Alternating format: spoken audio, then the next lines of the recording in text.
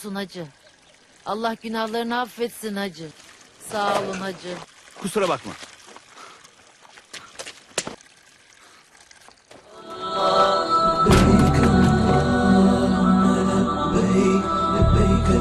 Görüşürüz. Hai sahabat berbaju besi, di momen Idul Adha kali ini kami akan membahas sebuah film drama karya Ismail Ferroki yang berdarah Maroko Prancis, berkisah tentang perjalanan ayah dan anak dalam melaksanakan haji dari Prancis menuju Saudi Arabia. Film ini berhasil memenangkan Festival Film Internasional Toronto dan Venesia di tahun 2004. Tanpa berlama-lama, mari kita ke alur ceritanya.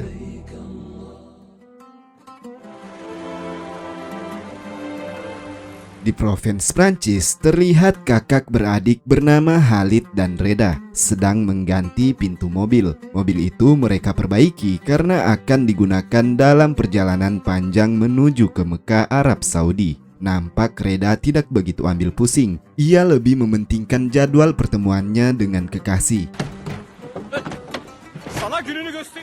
Tibalah di malam hari saat Reda kembali ke rumah. Sang ayah memanggil dan berkata jika ia baru saja kembali dari kantor polisi karena Khalid melanggar aturan lalu lintas dan surat izin mengemudinya ditahan. Tidak ada pilihan lain dari sang ayah. Ia meminta Reda untuk bersiap-siap karena Reda akan menggantikan Khalid mengantar sang ayah ke Tanah Suci. Sebenarnya Reda tidak mau karena ia memiliki ujian akhir untuk meneruskan studinya ke jenjang kuliah. Tapi karena keputusan sang ayah sudah bulat, Reda pun harus mematuhinya.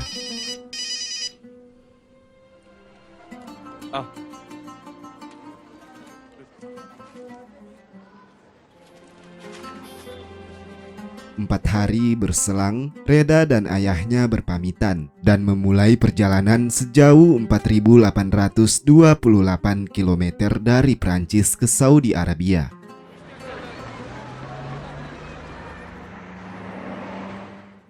Di tengah malam, sampailah mereka di perbatasan Prancis dan Italia. Setelah paspor mereka diperiksa, sang ayah menyempatkan diri untuk sholat. Hal ini dimanfaatkan Reda untuk menghubungi kekasihnya agar diberi izin, karena untuk beberapa waktu ia tidak akan masuk studi. Tak terasa perjalanan itu hampir sampai di kota Milan, Italia. Sang ayah melihat Reda kelelahan. Ia meminta Reda untuk menghentikan mobilnya. Namun Reda yang tidak ingin buang waktu tetap melakukan perjalanan.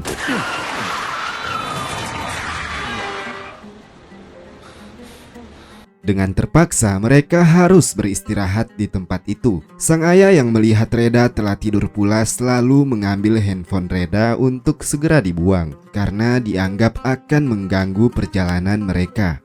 Keesokan paginya, Reda mengeluh kepada sang ayah mengapa mereka tidak sekalian saja singgah di kota Milan dan menyempatkan waktu untuk menikmati kota. Sang ayah jelas tidak mau dan berkata jika mereka akan melaksanakan haji dan tidak untuk bersenang-senang. Di hari berikutnya, saat mereka kembali untuk beristirahat, Reda mencari handphonenya. Sang ayah menjelaskan jika handphonenya sudah ia buang. Nampak kekesalan kembali meliputi Reda. Lalu di esok harinya, mereka mulai tersesat dan bertemu seorang nenek tua. Sebenarnya mereka hanya ingin bertanya, tapi malah nenek tua tersebut memasuki mobil tanpa mengucap sepatah kata pun. Tak ada pilihan lain, mereka tetap membawa nenek itu mengikuti mereka.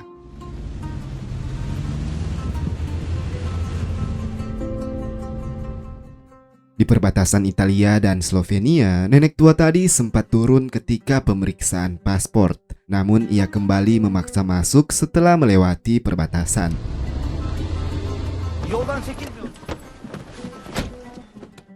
Reda dan ayahnya kebingungan dengan tujuan nenek itu. Mereka pun merencanakan menurunkan nenek tersebut di kota terdekat. Kadına bir oda ayarladım.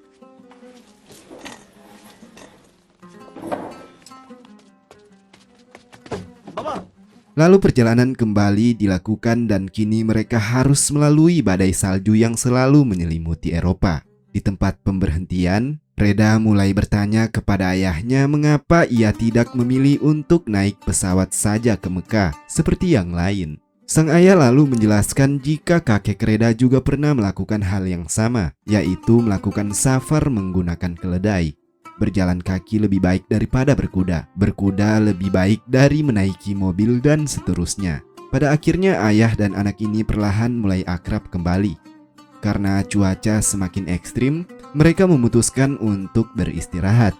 Namun terkejutnya Reda saat ia terbangun, ternyata mobil mereka telah tertimbun salju dan sang ayah dalam kondisi buruk. Reda harus mengantarnya ke rumah sakit terdekat.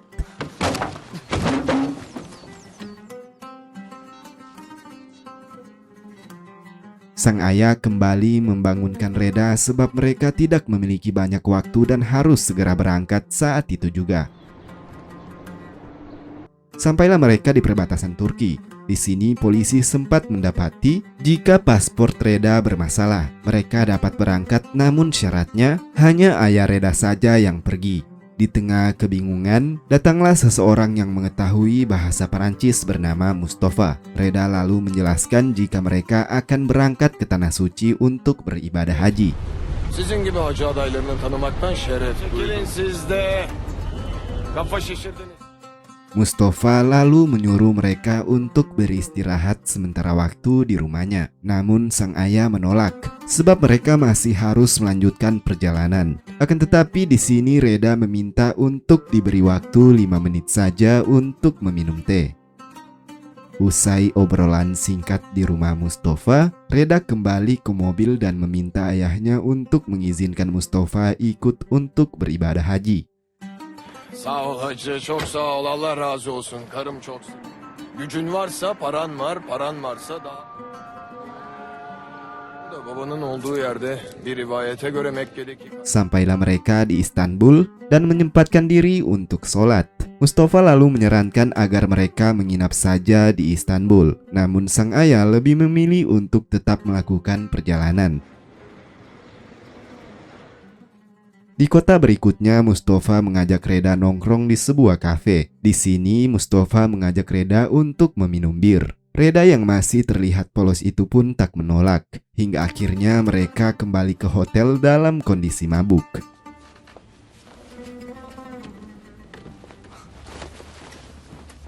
Terkejut Reda dibangunkan oleh ayahnya yang penuh amarah. Rupanya Mustafa telah melarikan diri, membawa serta uang mereka. Setelah melaporkannya ke kedutaan Prancis Turki, mereka tidak dapat melakukan tuntutan sebab tidak ada bukti yang jelas. Dengan terpaksa mereka harus melakukan perjalanan tanpa uang sedikit pun.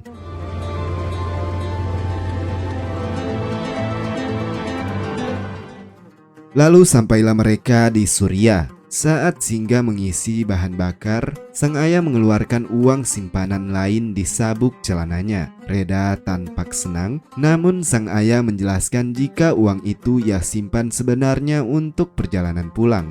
Kini mereka tidak dapat pulang, dan nantinya mereka harus mencari cara lain. Ketika mereka berada di sebuah desa terpencil, mereka terpaksa singgah untuk mendinginkan mesin mobil. Lalu seorang ibu dan anaknya menghampiri dan meminta sedekah. Reda mengabaikan hal itu, namun berbeda dengan sang ayah. Ia segera memberi sedekah kepada orang itu. Reda yang melihatnya kemudian tidak setuju. Mereka telah hampir kehabisan uang dan kini harus memberi cuma-cuma lagi kepada orang lain. Melihat tindakan Reda, sang ayah sigap menamparnya. Reda menjadi kesal dan pergi ke atas bukit.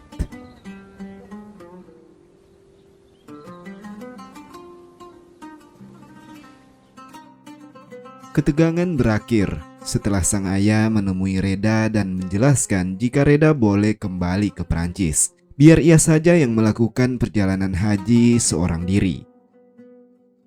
Setelah Reda merenunginya, ia pun kembali berbaikan dengan sang ayah dan perjalanan mereka pun berlanjut.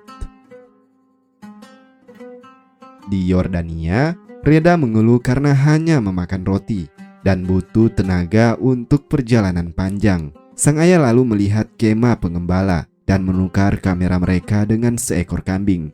Kambing itu tidak henti-hentinya bersuara bising dan membuat Reda amatlah kesal. Mereka kemudian memutuskan untuk menyembelihnya saat itu juga. Akan tetapi Reda yang tidak begitu ahli malah membuat kambing itu kabur. Lagi-lagi mereka kehilangan sesuatu yang berharga. Lanet olsun. Tak selang lama perjalanan mereka pun tiba di Saudi Arabia. Mulai nampak rombongan-rombongan haji yang juga baru sampai dari perjalanan di seluruh dunia. Ketika sedang duduk di sebuah kafe, sang ayah pergi untuk sholat. Reda pun mulai teringat tentang sesuatu. Ia menunjuk mobil dan memeriksa jok bawah mobil sang ayah. Ternyata uang saku yang ayah letakkan di dalam kaos kaki masih berada di sana. Ternyata Mustafa tidak mencurinya, dan kemungkinan Mustafa sendirilah yang memutuskan untuk tidak jadi berangkat haji lalu kemudian meninggalkan mereka. Mengetahui kenyataan bahwa Mustafa tidak bersalah, Reda kembali kesal dan memutuskan untuk mabuk-mabukan di sebuah kafe. Reda yang telah mabuk kemudian mendekati seorang wanita penghibur. Sang ayah yang mengetahui anaknya yang begitu beramal buruk benar-benar marah. Beruntung Reda terus meminta maaf hingga akhirnya sang ayah mau memaafkannya kembali.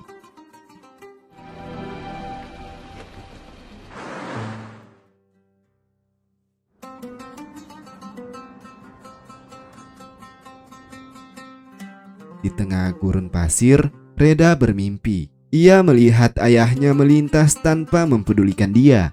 Dan Reda perlahan terhisap ke dalam pasir. Reda terbangun dan melihat jika hal itu hanyalah mimpi dan sang ayah sedang berdoa di sekitarnya.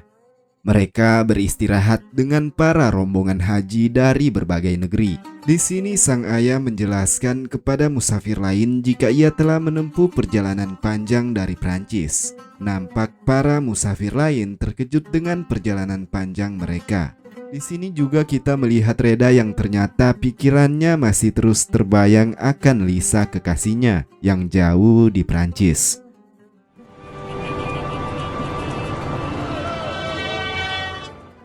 Mereka kemudian singgah kembali untuk melakukan sholat. Di sini Reda bingung, mengapa umat Islam harus jauh-jauh datang ke Mekah untuk beribadah. Sang ayah lalu menjelaskan jika berhaji adalah rukun Islam yang wajib dilaksanakan bagi yang mampu sebagai pelengkap iman. Di sini Reda nampak perlahan mulai mengerti dengan agamanya sendiri.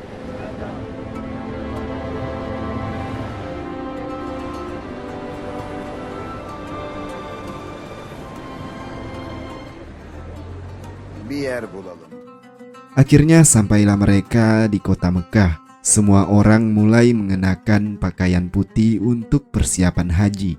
Nampak Reda hanya melihat-lihat saja dan tidak ikut untuk berhaji. Ia lalu berkata kepada sang ayah jika ia akan menunggu sang ayah untuk kembali malam hari. Namun tak sepatah kata pun keluar dari mulut sang ayah. Rombongan haji pun berangkat menuju Ka'bah.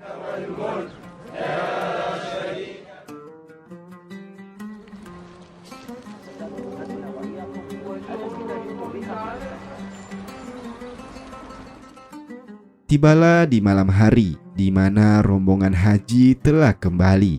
Reda tidak melihat ayahnya. Reda terus menanti dan menanti berharap ayahnya segera tiba. Akan tetapi hal itu tidak terjadi.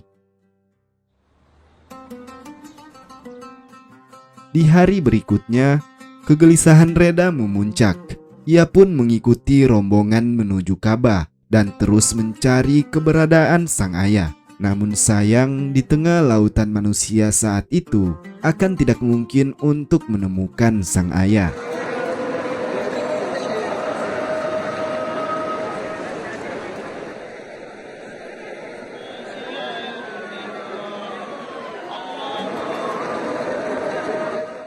Ketika ia memberontak, para penjaga keamanan menangkapnya.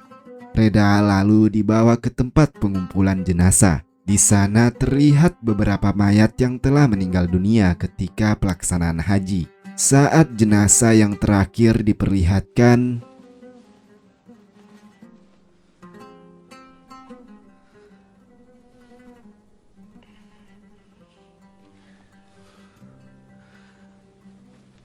Rupanya jenazah tersebut adalah ayahnya. Sang ayah telah meninggal ketika melaksanakan haji. Reda dengan penuh penyesalan tak henti-hentinya menangis. Jenazah sang ayah tidak mungkin dipulangkan lagi ke Prancis dan akhirnya dimakamkan di Saudi Arabia. Film pun berakhir dengan memperlihatkan Reda menjual mobil mereka untuk biaya pulang. Di sini juga ia mulai membuka hati dan lebih bijak. Ia memberi beberapa uang untuk pengemis dan berangkat kembali ke Perancis.